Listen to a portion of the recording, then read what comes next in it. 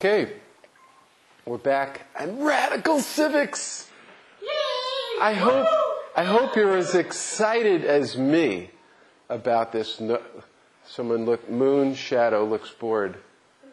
That's not you? Moon Shadow. That's Moon Eyes and I'm Dark Whisker. Dark eyes. Whisker. Dark Witcher. Whisker. Dark Whiskers. Dark Whiskers looks bored. Dark Whiskers. I'm going to work to get your attention today. Okay, first I want to say, hi Joel.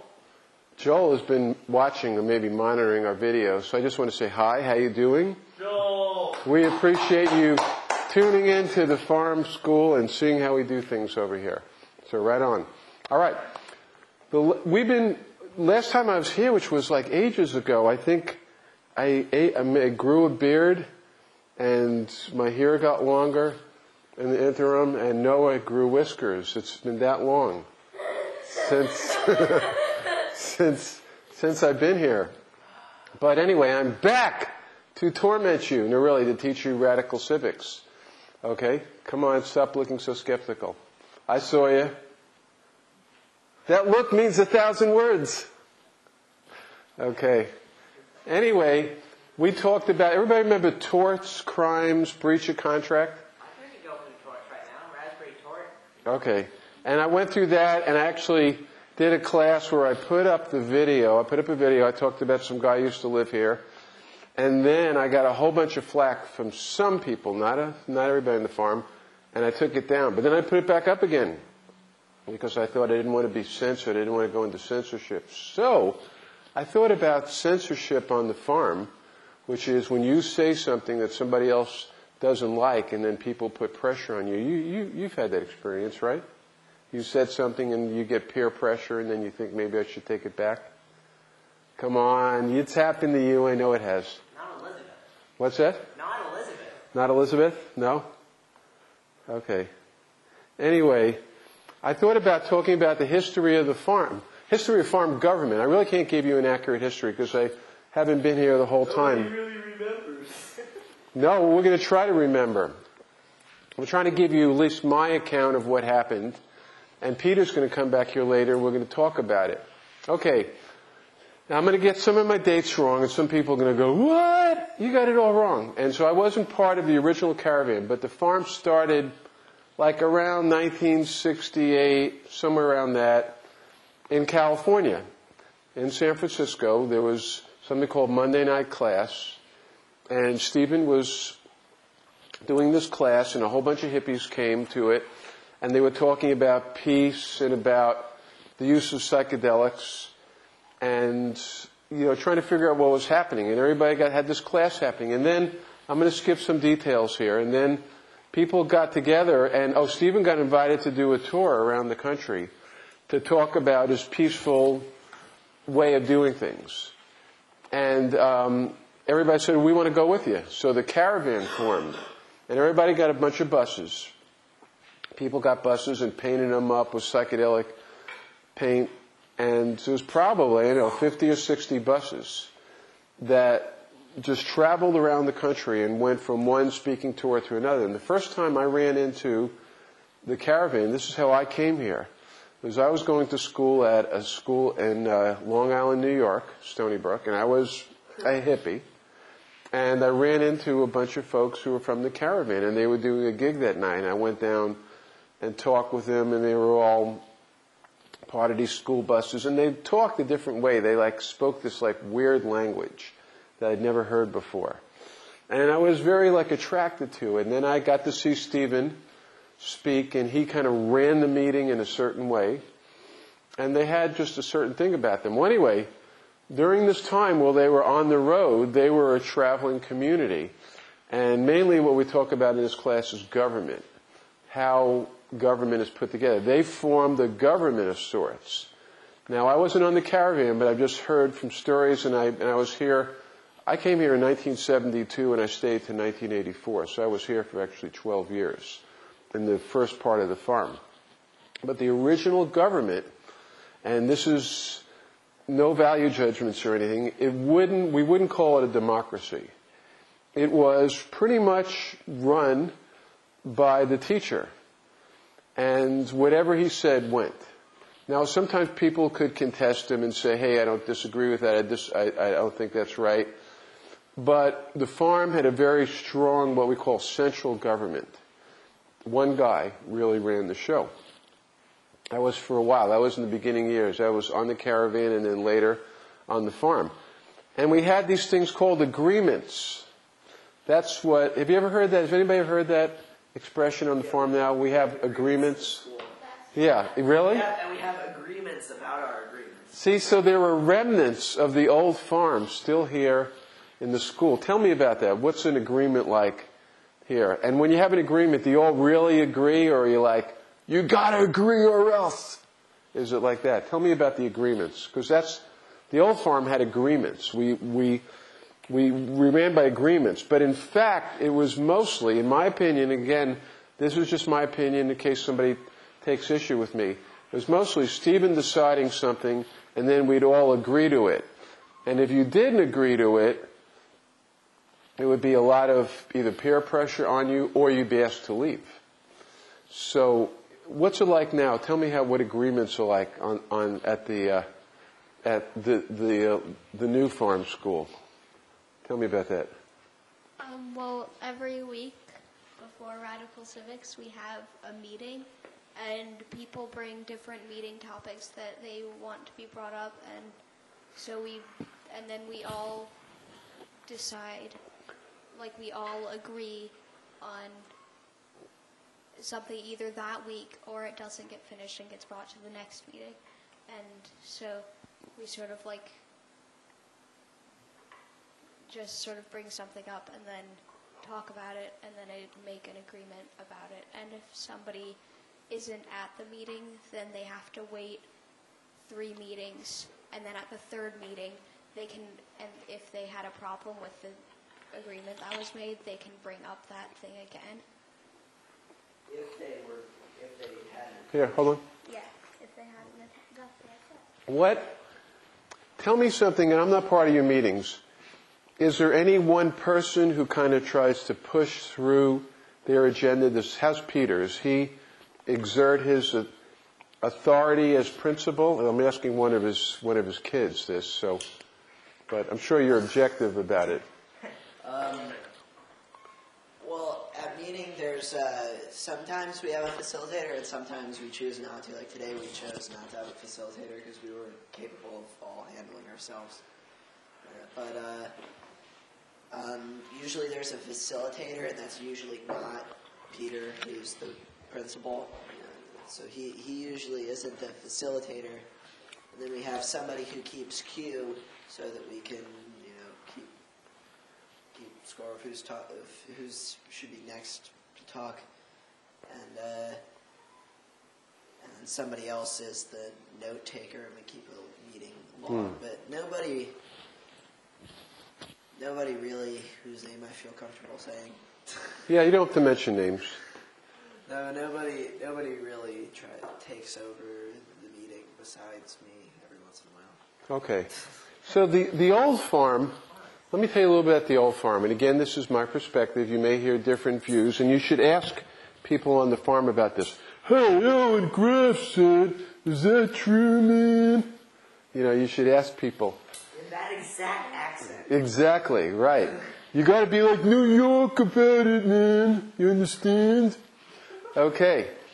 So, what would happen is we came together, we were kind of a religious community. We believed, does everybody know, when I say religious, let me define that term, okay? When we were hippies, back in the 60s, we, took psychedelics, and part of taking psychedelics, which was, some of us had like visions of reality. We got to see things that were all connected. Like, I'll tell you something, and this will be on film. I had, a time when I saw that the whole earth was interconnected, like all the plants, trees, and animals, and human beings, the wind, the mountains, the water, the sun, everything. I had this thing where I could see that it was all interconnected. Everything was dependent upon everything else. And if you removed one thing, if you took the sun away, obviously we'd be in trouble. If you took Peter Kindfield away, everybody would feel the effect of that. In fact, there is now scientific evidence that if a moth flaps its wings in China, a moth, it will affect the weather in the United States. That's how interconnected is the entire ecostructure. And so I had, and a lot of other people had, sort of visions of that. We could actually see that stuff happening. And that was sort of the basis for what we called our religion. We got together because we believed that we were all one. We were all interconnected. And we came to this, and Stephen we ran into him, and he ran into us, and he started verbalizing this vision. And this was kind of like the religion of the farm. The religion of the farm was based upon this vision. So, because he was able to verbalize that, the farm, a lot of the people who came together, gave him the power to direct the community. So the community was, again, I'm always giving the caveat, Pete, in my perspective, started off to being a religious community. Now, we've talked about, do you remember we talked about the Bill of Rights? And in the First Amendment, one of the things in the Bill of Rights is separation of church and state. When the first founders came to the United States, they came from living in a country where they weren't allowed to worship the way they wanted to. The government would impose a certain religion on them. So one of the protections they put in place in the Bill of Rights was the government can't tell you how to worship. Like Karuna, the government can't say to you, you got to be a Catholic or you're going to be beheaded, because that used to happen. So that was a really important part, and still is an important part of the United States. Now we shouldn't judge any system by the United States. That's just, some of us think that's a good way of doing things. Some of us think that the government shouldn't have anything to do with religion. But if you compare the first farm, the original farm, to, let's say, the Bill of Rights, there wasn't any separation of church and state on the old farm. The state, which, was Stephen, pretty much, he was sort of the central leader and had a lot of power. He also was the propounder of the religion. He sort of would verbalize what our religion was. So he both was kind of like, we used to call ourselves a monastery. So he was in fact sort of like the Pope and the President simultaneously. Well, that worked out for a long while, actually in a good way, because the farm flourished for a really long time. We became well known and famous throughout the world. We became a model community. We held ourselves out as a model community. We had at one point in time 1,600 people living here. Now we have around 200. But at a certain point we had 1,600 people living here, and everybody pretty much, we had problems in our community, but everybody pretty much lived in a very harmonious state. I remember I lived here, as I said before, from 1972 to 84. And those years, some of them, a good portion of them, was some of the happiest years of my life. I really enjoyed living here. I enjoyed the vitality of the community, the diversity, and that people would work together, would work out in the fields, do different work. We'd work 16-hour days working farming. Nobody would get paid. It would be all out of love of the community, love of the vision. So, the fact that we were a community that didn't separate church from state, we had a central leader who didn't have many checks and balances on him, a lot of things that are contrary to the Bill of Rights, doesn't necessarily mean we were bad or that was a bad form of government. And as a matter of fact, I remember Stephen pointing out one time, maybe in a way of buttressing his own position, that there was like hundreds of years in China when they had an emperor in China, and he said a virgin woman could walk 3,000 miles across China and nobody would touch her, a young girl. She wouldn't have to worry because the community and the people was so well behaved. It was a well-ordered society. So, but anyway, that was the first farm government. Let me talk a little bit about how the goods, how we handled the material goods.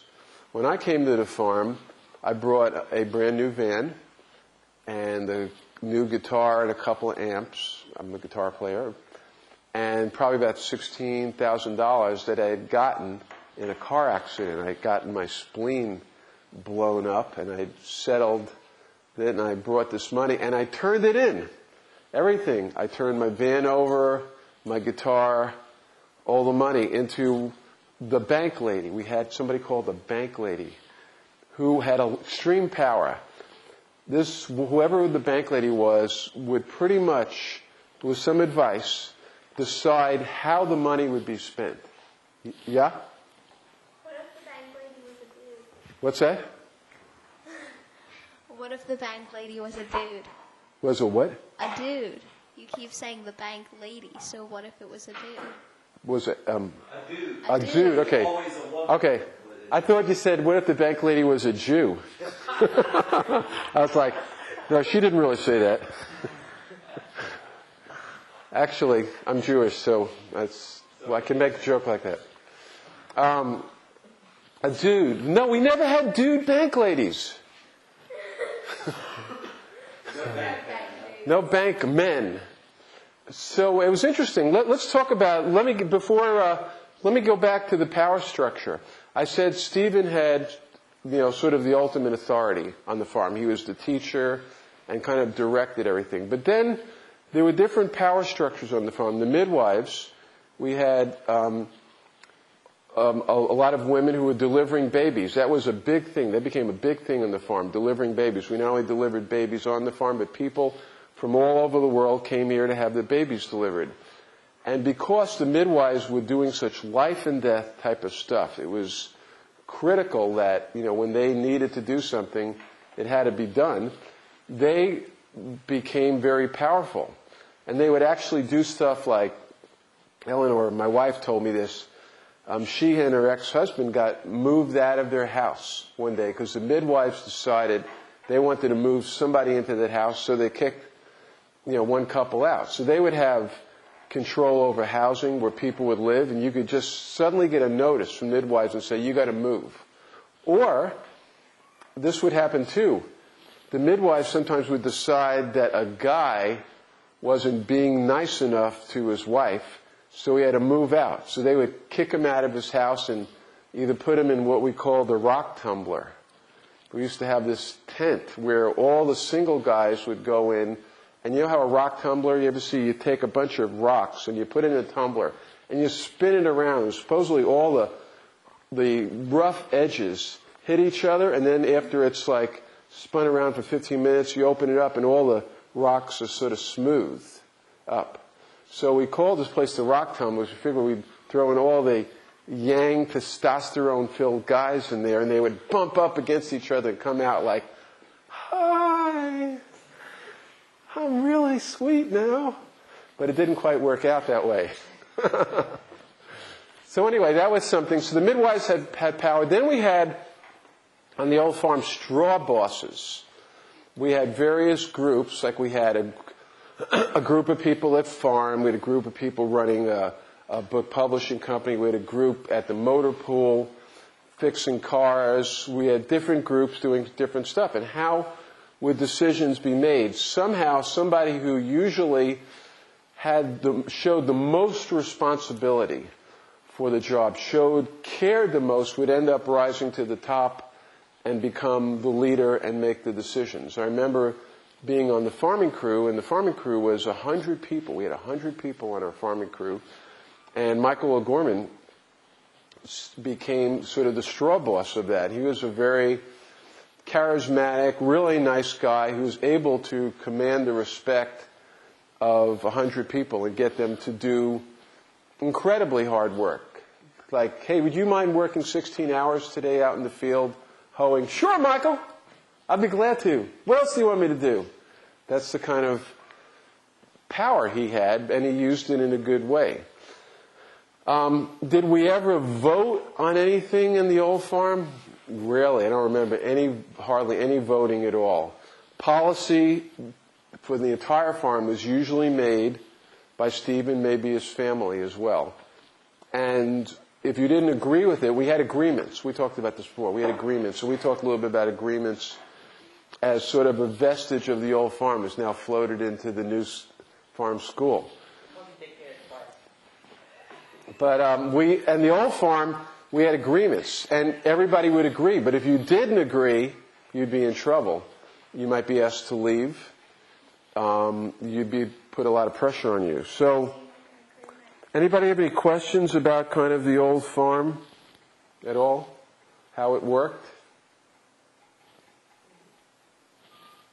Yes. Let me give you. It's not really a question. Okay, or a comment. It wouldn't really be an agreement if you sort of were just agreeing because somebody said you could either get kicked off the farm or agree. Yeah. Like that it's sort of just, it's like, it's a forceful, like you have to agree or leave. So. Yeah. Well, that's true. And guess what? I'm not even saying that democracy is necessarily the best form of government, although I kind of believe that. But you can have the old farm for many years, for maybe 8 or so years. It was a really well-run operation. We had 1,500 people here. Most of us were somewhat college graduates. We didn't know anything about living out in the woods. We started from here. There was no buildings. There was maybe one building.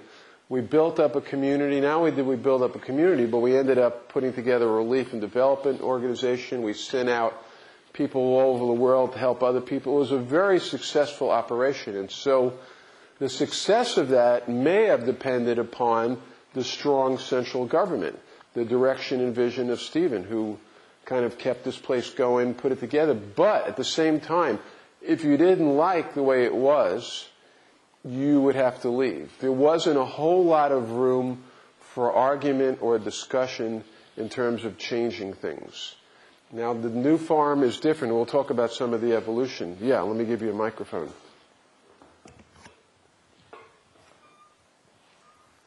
Who decided, like, who wasn't doing enough? Good question. It's, most of the time, as I remember it, most of the people here, the vast majority, worked their butts off. It was, and occasionally you'd have somebody who would come here and go, I came here to sit out in the woods and write poetry. And people would go, time to work, and get up in their face and sort of be obnoxious about it. If they'd say, look, I probably don't want to do this. So because the entire community was really working, most of the community, you would stick out if you were just sitting around slacking. So slackers would just stick out like sore thumbs. And this is a good question. It was kind of community pressure that would get people to do certain stuff, which is still an element of what goes on here today. I mean, there's still vestiges of the old farm here and the new farm. I want to talk a little bit about the goods. There was a guy, I told you about what I contributed. I know one fellow, a friend of mine, who put in probably $300,000 or $400,000 of his inheritance into the farm. He turned it over to the farm. There were some people who came penniless to the farm. So the farm was, this is, as Peter would call it, a socialist society in terms of the materials. And so what we promised ourselves was it would be all equal. Everybody would pretty much live the same, eat the same, have the same standard of living, pretty much the same houses, although that would vary because sometimes we'd have to build a house and somebody would have a house while other people would live in buses and tents. So we were striving for a society that was completely equal. And we all took vows of poverty. So we were going to live in a very simple way. So the goal was to live in a way that was very simple, non-material. We weren't like, damn, I got to go to Walmart and buy the newest K-Dog or something, whatever. Or I need a Corvette, man. We were like, what we were saying is you can be happy without all the material pleasures. And so we were a collective, and this is one of the disputes that I talked about later about the photograph dispute. At the time, when everybody came there, everybody contributed whatever they had to the pot, and nobody earned, at least everybody, it was supposed to be this way, nobody earned any more than anybody else, nobody got paid, nobody had a secret bank account, or nobody could go to the Cayman Islands to vacation. So that was the way it was supposed to be. In a way, with the material goods, we were like communist Russia and Eastern Europe. We were like that in some ways, and I'll tell you a little bit about what happened when the whole thing changed over. It was very similar to the fall of Eastern Europe, how that transpired. Free speech. I want to talk about that. After I left the farm, I went to law school, became a lawyer, and I started defending people's rights to free speech. I worked defending street musicians for a long time and forest activists. I did that sort of stuff because my own history is, how are we doing? Are we still coming out okay? Yeah. My own history is, I don't know if you all know this, but my grandparents used to live in Nazi Germany. And around 1939, my dad and most of my relatives escaped Nazi Germany. And in Germany, you weren't allowed to say anything. You weren't allowed to say anything against Hitler. In fact, if you said anything, it was ksh. So, that part of my history has sort of propelled me to put a lot of value into the ability of all of you to be able to speak freely. Say anything you want, even if I don't like what you're saying. You should have that right. On the old farm, we didn't put a lot of value into that. And in fact, I remember certain services where we had Sunday services where Stephen would lay down the gospel for us and give us kind of a vision and encourage us and inspire us. And it was a lot of really very inspirational stuff. But sometimes if someone would get up and disagree with him, I remember one time someone was told that they were being contextual. What's that mean? Contextual means you're argumentative. You're contesting what, Stephen was saying. And that was said in a way like, you shouldn't do that. And I remember sitting there thinking, what's wrong with being contextual? What's wrong with being argumentative? What's wrong with expressing a viewpoint different than that expressed? And that was sort of like, I had been a real believer in the vision for a while. But when I heard that was sort of, for me personally, one of the first seeds of doubt that I had about the system that was in place. I thought, well, if people can't get up and disagree and are told that they're argumentative or contextual as if there's something wrong with that, then there's something flawed in the system here. Okay?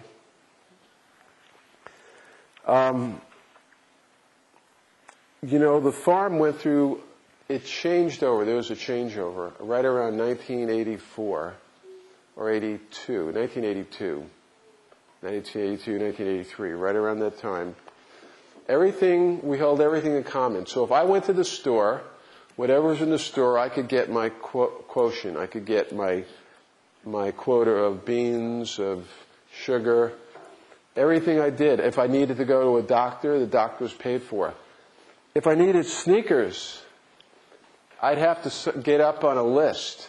That's where we became so poor. We were trying to support 1,500 people, and we weren't making enough money. And we started going into debt. We had a big debt from our farming operation. We had to make land payments. We were going further and further into debt. The system was starting to fall apart. Just like, because everybody studied what happened in Eastern Europe and in Russia, how the whole communist system fell apart. Have you all studied that in any of your history classes? Yes? I see a yes. Anybody else? A little bit?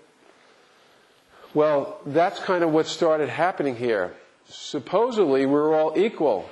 But because people weren't being covered under the system, for instance, when we first got here, a lot of us didn't have kids. But then as we got kids and they started getting, to your age, a lot of the parents started thinking, well, I'm not getting enough food for my kids. I'm not getting clothing for them. I don't even have a place where they can be warm. This isn't good. And so people started to cheat on the system. And first we had this thing called Saturday work. Saturday work was you could go off and work on Saturdays, and whatever money you made, you could keep. But from Monday to Friday, if you worked, you had to give it to the bank lady or bank dude. You had to give it to the bank lady, and the bank lady would decide where the money would go. Well, that was okay, but then there was some people, think about this, some people, like me and Peter, the bare-bone intellectuals who have no skills whatsoever when it comes to carpentry. I shouldn't talk for him. Okay. Pete and I, being the brainiacs, we wouldn't be able to make any money, while the guys who could be carpenters could do that. So it started making the system less and less equal. Some people started having more and more money, having heftier and heftier nests, while others were looking poorer and poorer. And everybody, let's say your grandma, I don't know if you have one. You have them. Okay, let's say your grandma sent you a big check in the mail for your birthday, $100 for Karuna. On the old farm, you know what you have to do? You'd have to take that check and turn it over to the bank dude. Here's my $100. And they'd say, thank you. And then you'd say, could I have $10 of that for sneakers? And they'd say, maybe, yes. And a lot of times they'd say, no, I'm sorry, we need it. Some people, as the system started falling apart, just like in communist Russia and in Eastern Europe, would take the $100 and say, I'm not cashing it in, and started cheating on the system. They started doing end runs around the system. Everybody understand that? Not doing what they're supposed to do, not taking the money. And so there was more and more of a black market that developed on the farm. A black market is where you're not running everything through the central government anymore. The central government is supposed to work in a way where everybody agrees to it, everybody does it, where everybody gives all their goods and all their labor. The central government then takes care of everybody. But what's that? Why is it called that? What, the black market? Well, what do you think? Why would it be called a black market? What's that? I'm not sure. Noah has Yeah. Well, it's unfortunate that black has a bad connotation. A lot of African Americans have told me they don't like the idea of using black as a negative color. That's kind of interesting connotation. But anyway, it was a market that was created that was outside the government of the farm.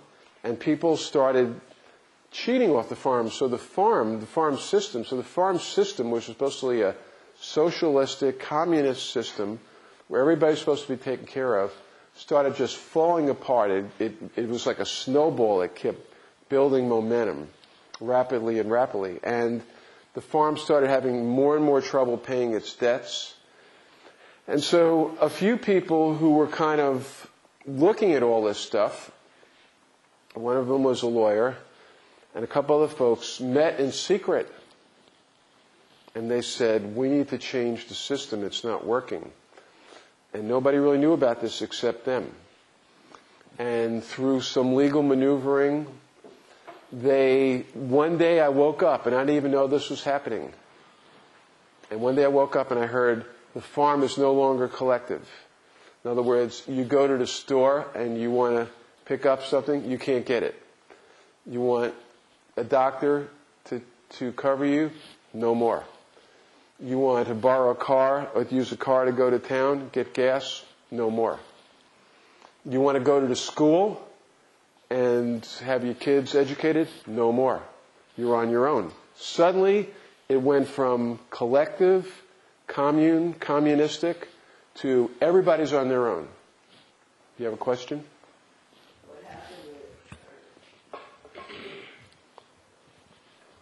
What happened with everybody's stuff? What happened with everybody's stuff? Yeah, that they had put in, that they had given up. Okay. What happened to the stuff, to the goodies? And this is exactly what happened in Russia and Europe. And again, this is my opinion. It got kind of ugly. Everybody started grabbing at the diminishing pie. The pie was shrinking and people were trying to grab pieces out of it. I'll tell you something that I did I wasn't really too proud of, so at least if I'm going to talk about what happened, I might as well talk about myself.